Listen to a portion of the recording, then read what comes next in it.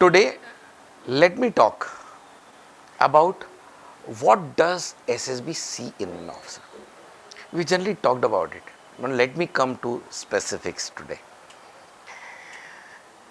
Now, there is a myth that in SSB you must have read about 15 OLQs that are tested.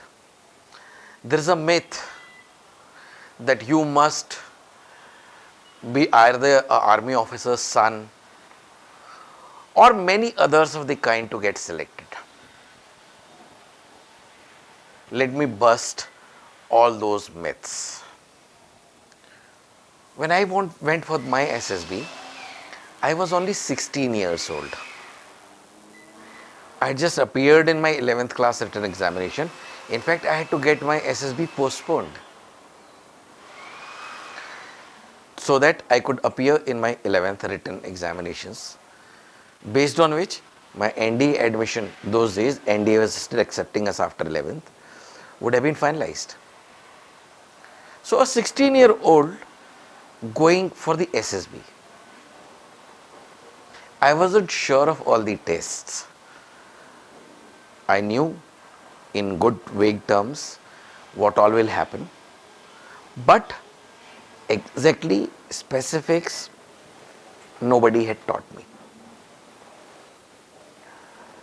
But then, as I went through the SSB, first attempt, got selected and joined NDA.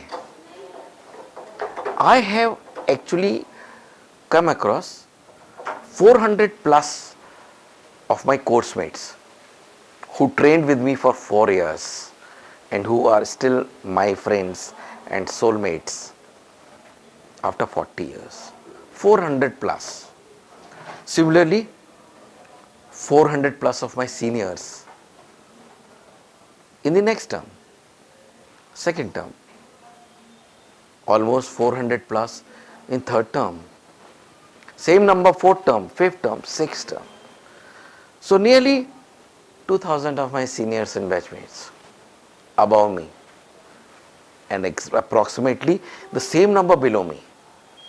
Once I got commissioned, every person I met with and dealt with was an officer, SSB qualified. Everybody I party with, everybody who came to my house for dinner, everybody with whom I did picnics, everybody with whom I did trainings throughout my army career, everybody was SSB qualified. And therefore, for sure, I can tell you what are the things that SSB is looking forward. The first and foremost thing that all candidates must understand, that we are not at this stage looking for officers. We are looking for officer material.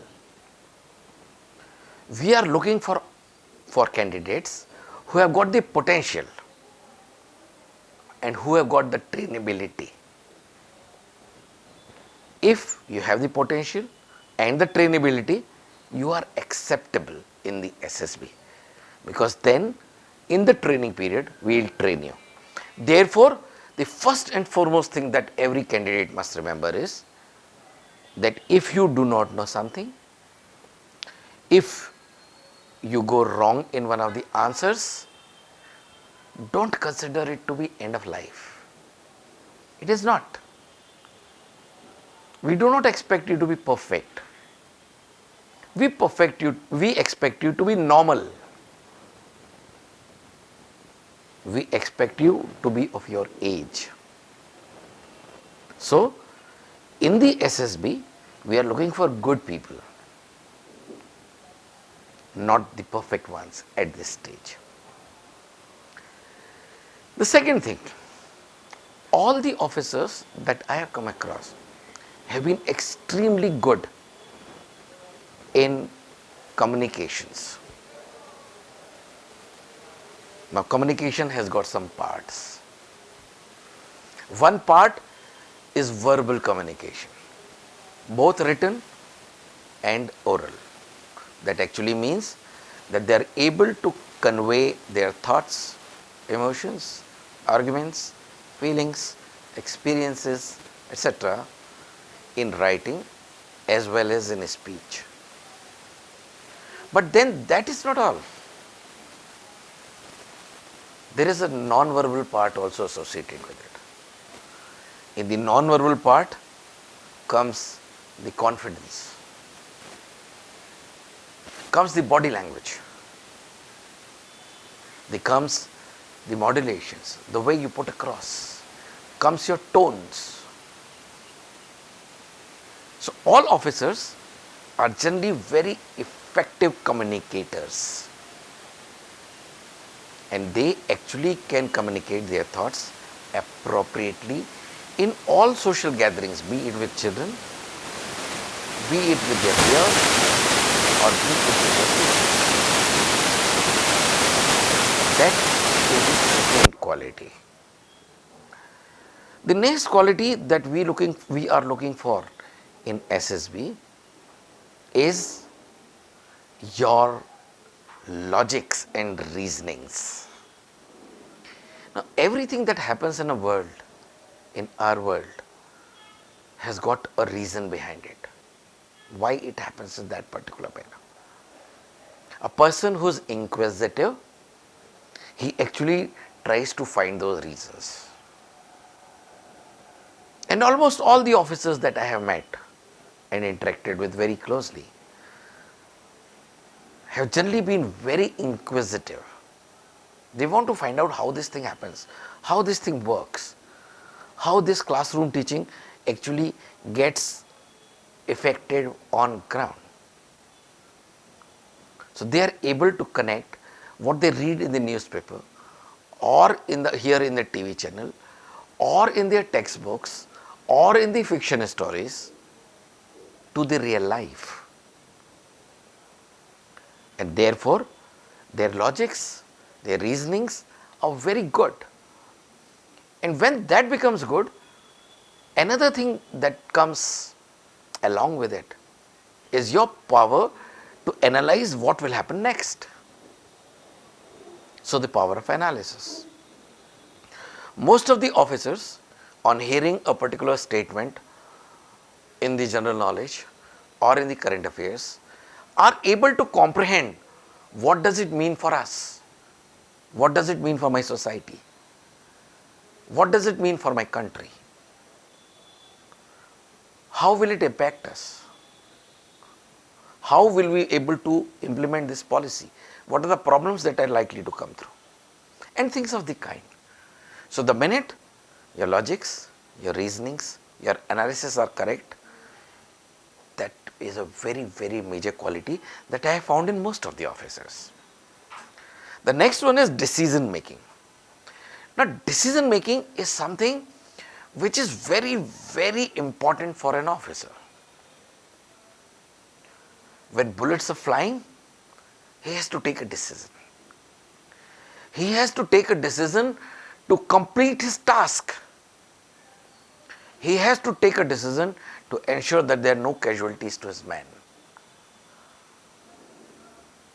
And he has to ensure that everything gets done with minimum efforts and maximum results.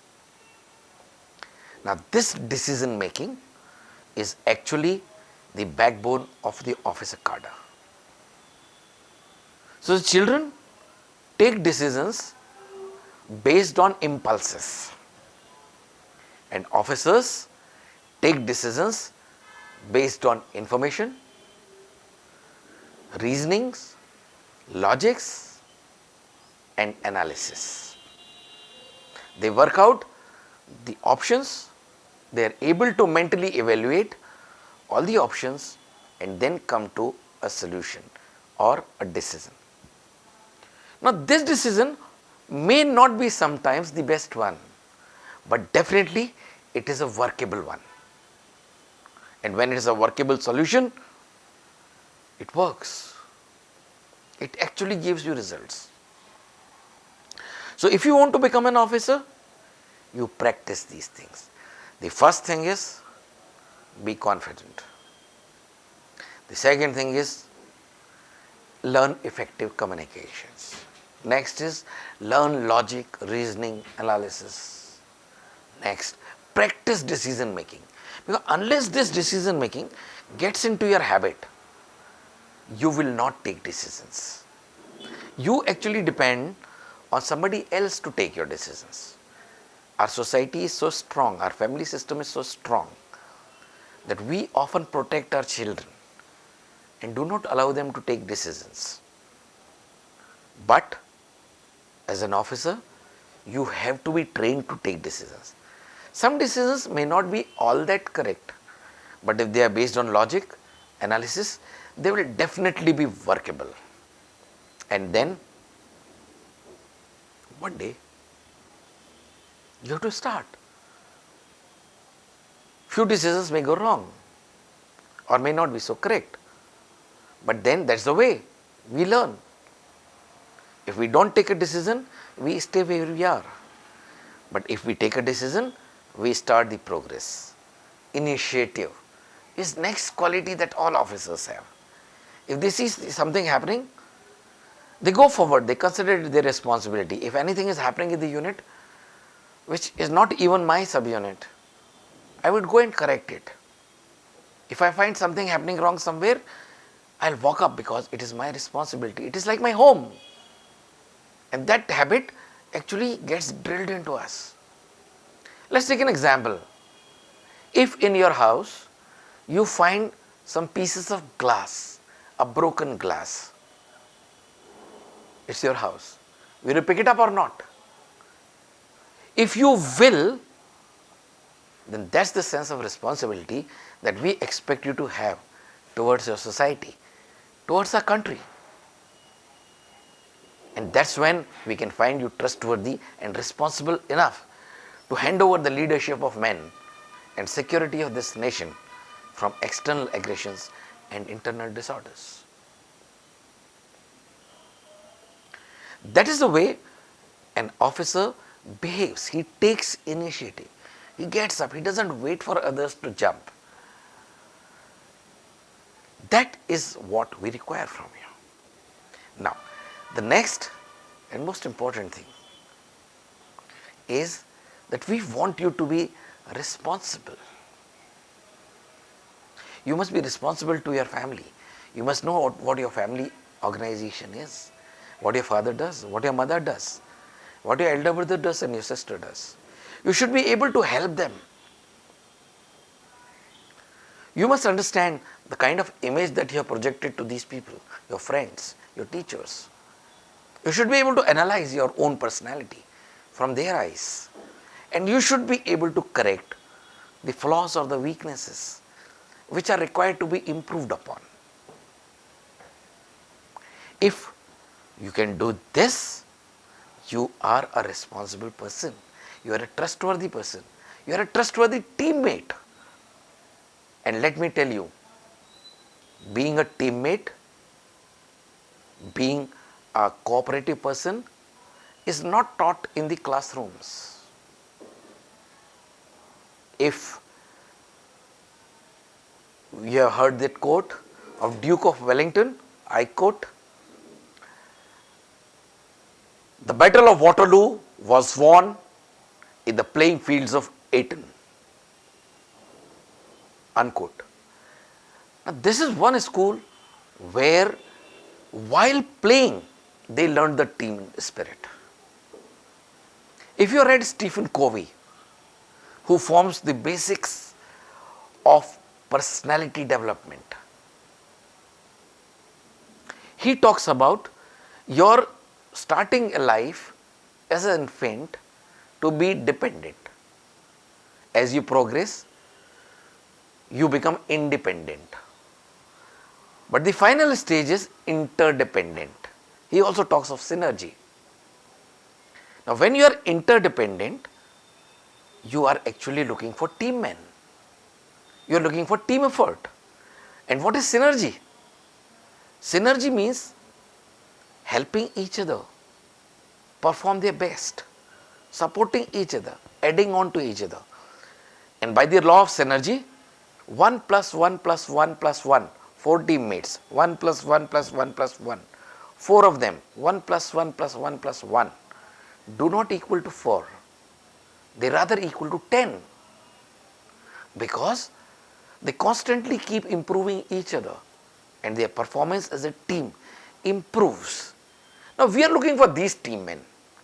We are actually looking for these team men who would adjust in any surroundings, any groups, be it their subordinates, be it their seniors, be it their peers, be influencing the group, being communicative, having all the requirements of being a leader and a good follower when required. If you have all this, you will understand that this is how the army as an organization works. And last but not the least is physical fitness. In SSB, the assessment is for your being determined, having reasonably good stamina and reasonable amount of fitness. Now we by no means are taking a 1 kilometer, a 5 kilometer or 10 kilometer or 25 kilometer run or a test. We aren't even making you do particular amount of weightlifting. We basically want that you should be physically trainable. That means your body balance should be alright. You should be able to run a little bit, sprint a little bit, jump a little bit, high jump and long jump. You should not be scared of doing certain things which are physically required to become an officer. And therefore, you have the courage and determination to do all these physical activities. Now, these are tested not only in the individual tests, but they are also put to test in the group tasks and the obstacle race. Now, when all this happens, if you can do say a kilometer run, a decent timing 100-meter sprint, if you can jump a little, high jump and long jump, if you can hold your body weight and pull yourself up, you can do a few push-ups, if you can do a little bit of sit-ups. This is all that is required in physical fitness at the entry level, that is the SSB level. Hereafter, don't worry, they will make a Tarzan out of you in the academy, in any case. So, in nutshell, we have discussed all the qualities that are generally seen in an army officer, and therefore it should be our endeavor that when we go for SSB, we should be able to show our potential for these qualities and also our trainability. Like nobody expects us to be perfect, but we must be able to show that spark, and we should be able to show that given chance, given an opportunity, given some time and training, we will be able to come up to the required standards that are expected out of the officers. When you prepare for SSB, this should form the basis of your preparations. Tests, etc. are only a method to check your subconscious mind. If you have these qualities, if you are thinking positive, if you are solution oriented, if you can analyze things, if you are a decision taker, these things show up in your personality tests in all forms, be it Mansa in psychology, Vacha in interview, and Karmana in GTO or the group tests. So, in all three forms, in your thoughts, in your speech and your action, all these qualities will get reflected only when you try to improve these. Now, I am talking about training for SSB. And I haven't talked about tests. Gentlemen, it is something like, if your chapter is well prepared, if you have understood all the concepts and practiced them, and you know them, let a question come from any kind from that chapter. You will be able to answer. Even if for your SSB the tests are modified, changed a little, amended a little, tweaked a little, you will still be able to do everything because your personality is good. Please understand, there are quite a few candidates who actually get selected without knowing everything about the tests. And there are many who, in spite of going SSB number of times, are unable to get through. Even being conferenced out more than 6 to 7 times. They've gone through the main SSB 6-7 times. उसके पहले और भी उन्होंने तैयारी की होगी. But the problem lies in they are not preparing correctly. Prepare for your personality test. Improve your personality. Find out your weaknesses out of the qualities that we have discussed. Work upon them. If required, take guidance for that. Don't take pride in writing 200 stories, 250 stories. Your stories will automatically be good if your subconscious thinks positive. If your subconscious is action oriented. If your subconscious finds solutions and improves the situation. If your subconscious tells me that you are proactive. Therefore, know about the tests. You must know what is going to come. But when you prepare for the test, the line has to be developing in your personality, your growth. An investment in your growth actually pays. Recently, I was reading an article which said that people who run after their careers, success and money, they are generally running after something. But when people invest time and energy in their own growth, the career, success and money runs after them. So find out your weaknesses